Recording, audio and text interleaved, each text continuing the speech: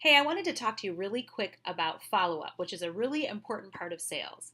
Now, everyone would love for the sale to happen right at that initial point of contact. When you're at the party or you're at the coffee and you're one-on-one and you're talking to the person, or even better yet, you're emailing and they look at it and the description is so compelling that they whip their credit card out or their cash and they hand it to you and you go on your merry way doing what you're really passionate about, which is providing that good or that service. But most of the time, that's not how it works. There are a lot of options at people's fingertips. And so they like to go back and figure out whether this is the solution that they really want to invest in. And so that starts the follow up process.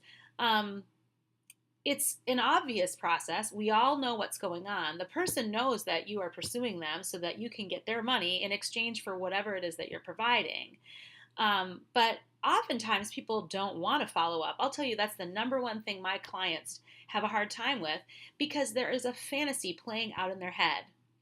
It hasn't been confirmed. No one said anything, but there are things that our brains really believe are happening, and it's all based in fear.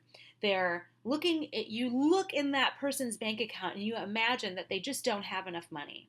You imagine that they got home and realized that they didn't really like the product, or they're not calling you back because they don't like you, and they're irritated by the last two follow-ups that you had.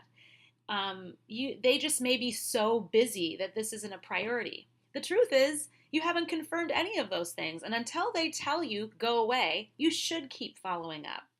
Most of the time, after I've followed up multiple times, and I promise you, even though I'm a very confident person, I get discouraged and think, why am I even doing this? I'll find out that they appreciated the follow up.